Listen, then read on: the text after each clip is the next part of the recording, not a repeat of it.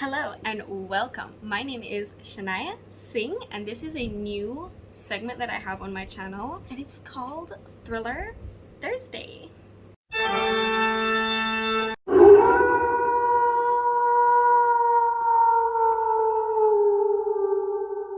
Let me explain to you what Thriller Thursday is. For the month of October, I will be doing a video every Thursday pertaining to true crime or a paranormal case.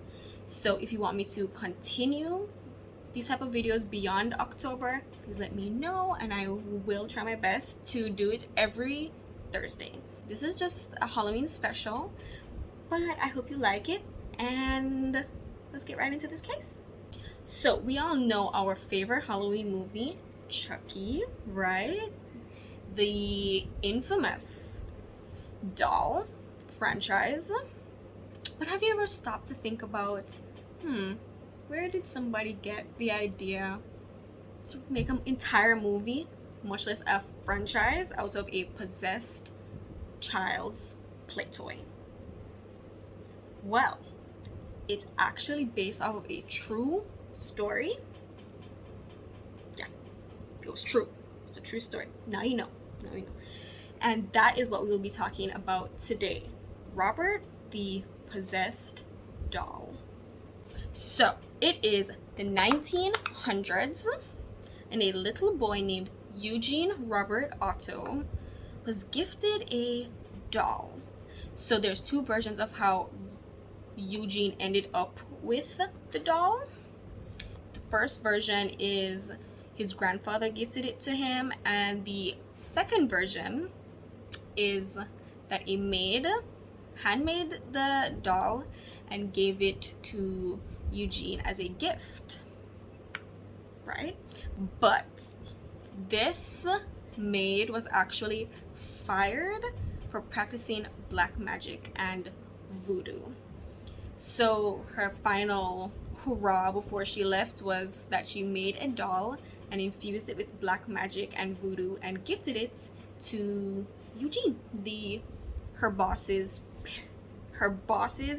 child. Like, I don't know why she would give it to the kid, but anyway, Merry Christmas to him, right?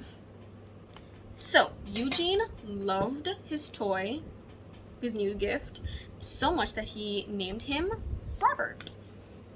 It was said that the doll's name was Robert Eugene Otto. So he flipped his first and middle name. It was said that Eugene and Robert were inseparable. Eugene would bring Robert everywhere he went, despite Robert being 3 foot tall and Eugene being a little 8-year-old boy. So if you don't know, that's a lot to contrast, because that Robert is basically Eugene's height. It was said that he would bring him everywhere he went, and he even gave Robert his own little toy. It was a toy horse. Is it a horse? I think it was a horse. He would even talk to Robert, which is pretty normal for a boy his age. But one day, Robert, the doll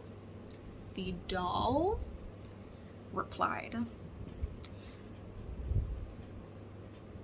It was said that Robert spoke in a very deep voice.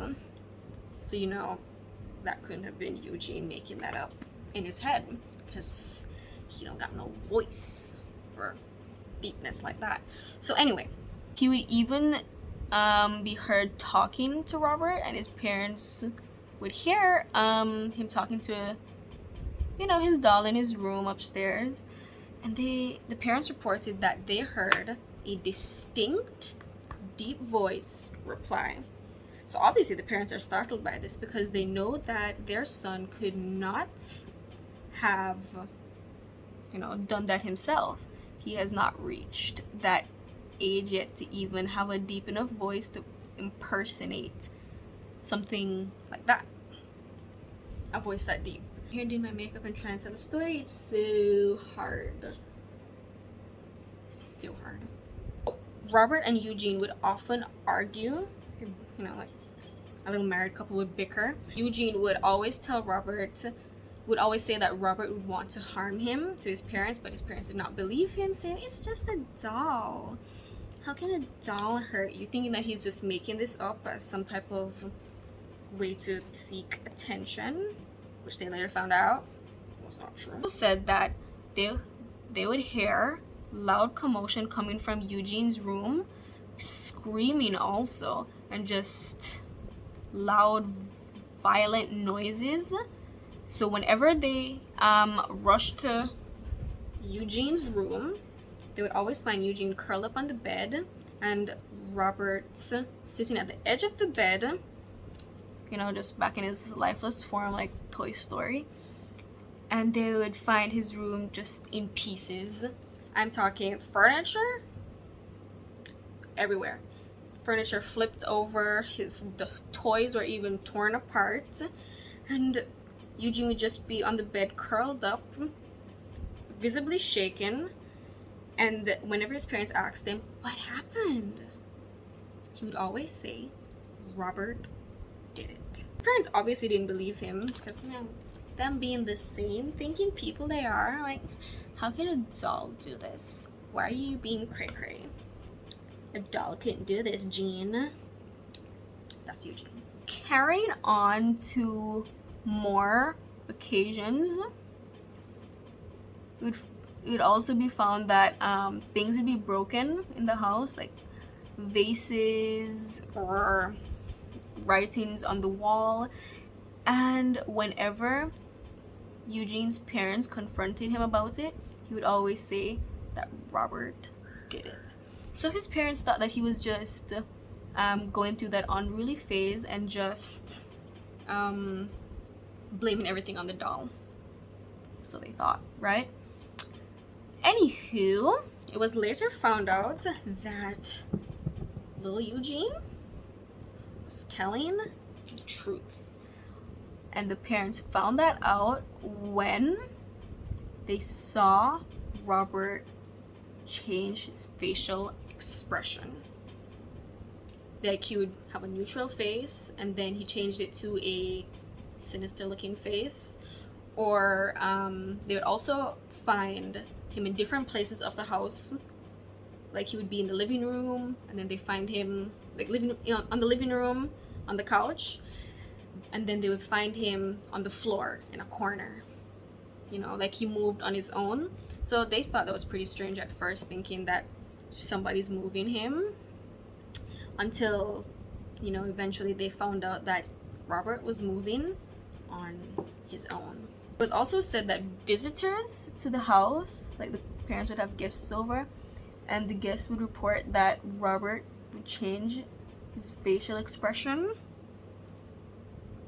just like from neutral to sinister, and like creeped them out. So they told the people, and they're like, oh, okay, getting more and more spooked out over all of this. More strange stuff that Robert did was actually run up and down the stairs, and was even said that you could hear him giggling in the night, like some type of you know, like those little sinister giggles.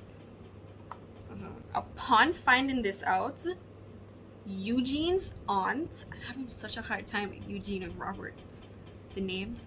So upon finding this, Eugene's aunt locked Robert in the attic, where she thought Robert can't do any more harm. He's in there, he's trapped, he can't move. Right? Right. Right.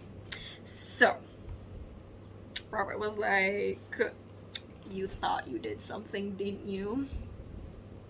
Even though Robert was in the attic, Robert never stayed in the attic. Robert still continued to run up and down the stairs, pacing back and forth upstairs. You could hear his little feet back and forth up there.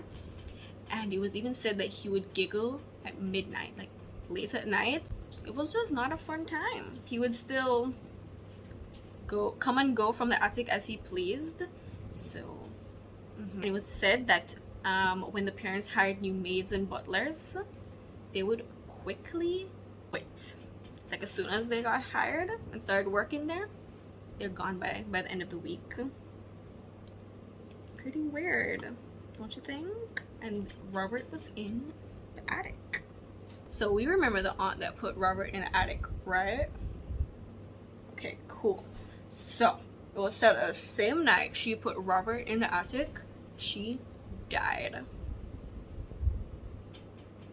Coinky dink? I think not. It was growing more and more weird, but they just didn't know what to do with Robert. Like, they didn't want to give him away, and then he was there troubling other people. And they just didn't know what to do with him.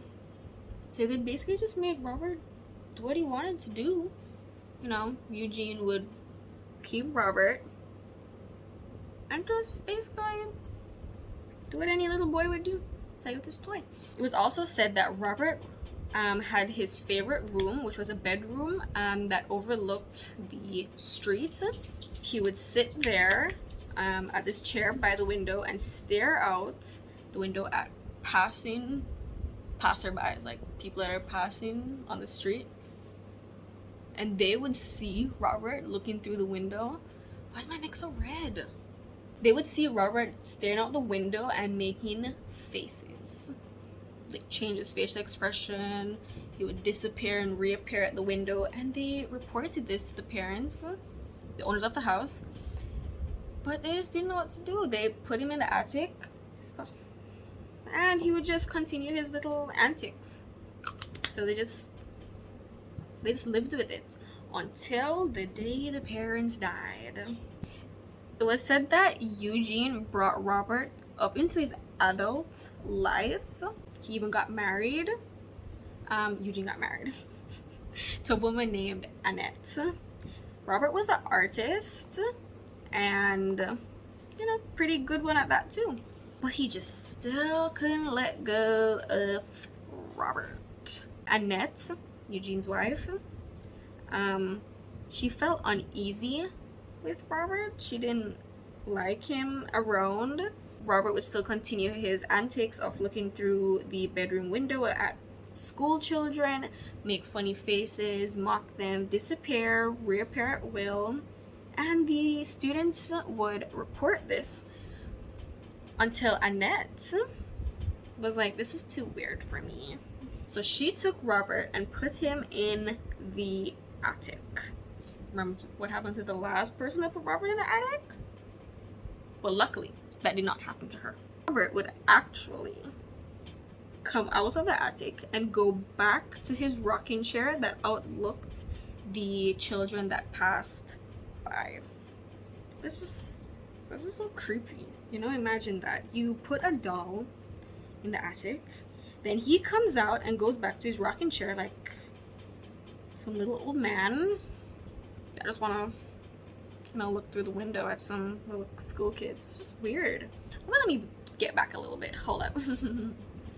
So they only found out that Robert was out of the attic when a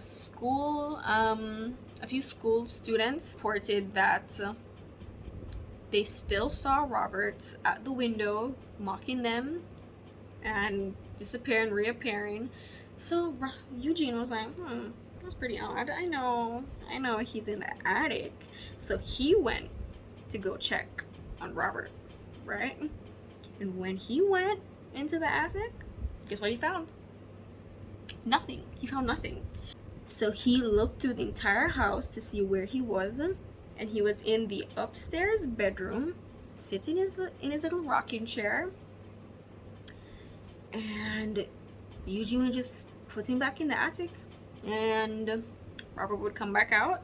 Eugene would put Robert back in the attic. Robert would come out of the attic. Eugene would put him back in. You know, just continued. And, you know, Robert was like, I'm tired of this back and forth. I am very displeased with you, Eugene. That's actually what it said. It said that Robert displayed his unpleasantness to Eugene about the whole situation, saying that he did not like how Eugene was treating him, and he demanded a decent room with a view. I need a view. I need to look out. That's basically what was said. Eugene folded and just gave Robert what he asked for. He kept him in the Tibet. Let me double check that. It's called turret. The turret room. And it's the highest room on a house. That's what it means. So that's where he kept Robert. And Eugene would paint in this room and, you know, talk to him and everything. So because Robert's a free spirit, the children passing by to go to school would completely avoid the house so they did not have to see Robert looking at them. Totally understandable. And, you know, Eugene lived the rest of his life with his dear pal, Robert, until the day he died in 1974. The end. No, the story continues. The house went unoccupied for a while. There was a caretaker by the name of Myrtle Reuger. Let me look at that name. A woman by the name of Myrtle Reuter was the caretaker of the house until she eventually bought it. Myrtle knew about the story of Robert, but she didn't really think that much of it until she bought the house, moved in, and her 10-year-old daughter found Robert. It was said that her daughter was very happy to find Robert, and in return, Robert was happy that she found him. So it was said that she went to tell her mother that Robert wanted to hurt her, and that Robert would walk around in her room. Sorry, not walk. Run around in her room and basically try to hurt her. And she would scream loud, like some violent, terrified screams. And her parents would come rushing in. And she told them that it was Robert that did it. So her mother was, you know, a little skeptical at first. She did know the story of Robert, but she had not seen anything with her eyes. So, you know, seeing is believing. So when she saw something, then she would believe. And oh boy, did she see. It was said that Robert again would move around at his own will throughout the house, and visitors would also see Robert change his facial expression whenever they talked badly about Eugene. Robert would get pissed if he said something bad about his beloved Eugene. Told Myrtle, and she was not having any of that. She's like, nope, not gonna live the same life that others in this house lived. She donated Robert to the Fort East Mortello Museum in Key West, Florida, where Robert is still held till this day in a glass case. Putting my lashes on. It's gonna be a little difficult to talk and put the lashes on, so forgive me. But yeah. So you would think that Robert being encased in a box, glass box, that he would stop his, you know, terror streak. You thought wrong. Robert is still going on with it till this day. It's said that even though he's kept inside the glass box and it's never been opened, you could still hear staff reports that you can still hear footsteps running around the museum late at night, and you could also hear him giggling. Also said that you can also find him in different positions, like you would blink your eye and he's sitting in a different position. So that's weird. And remember, nobody opens this box under no circumstances. It is said that visitors are urged to treat Robert with respect and speak to him kindly. Visitors who thought that this was like some type of joke or like to make the museum seem more spooky found out the hard way. It was said that they would always come back after some crisis would happen in their life, like death, trouble in their relationships.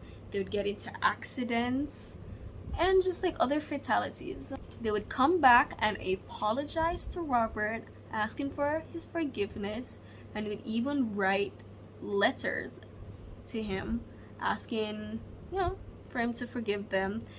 And to this day, those letters are still filed away at the museum for future reference. Isn't that weird? So like, I'm gonna assume that they keep those letters just in case if something happens to that person and somebody thinks that foul play happened, when really it was just Robert. It is said that if you want to take pictures of Robert, you must ask his permission first. And if you think that's stupid and you still want to take a picture of him, it is said that your camera will not work. Like, it will start to malfunction if you try to take a picture of him, and as soon as you leave the museum, it would start to work again. Pretty weird. Let's put these lashes on and I'll be right back. Hi, it's me. I'm back. So, to finish out the story, it is said that Robert is a big celebrity. He has his own Instagram account. You can go follow him if you want. You can go reply. Sure, he'll drop by, give you a visit. That's if you're up to it though. Dolls of him have been replicated and sold all over the world. So if you want to get your little Robert doll, go ahead. And people who are into the supernatural believe that by them making replicas of Robert and shipping them out worldwide, it's only making him more powerful and making the curse of Robert prevail more. And they said that they should stop doing that because that can't be anything good, which I completely agree on. So yeah, that is the story of the real life story of Chucky, Robert the possessed doll, and this is the first video of the month. And I hope you guys enjoyed this video. Don't forget to leave a like and subscribe. And I'll see you guys all in the next one. Bye!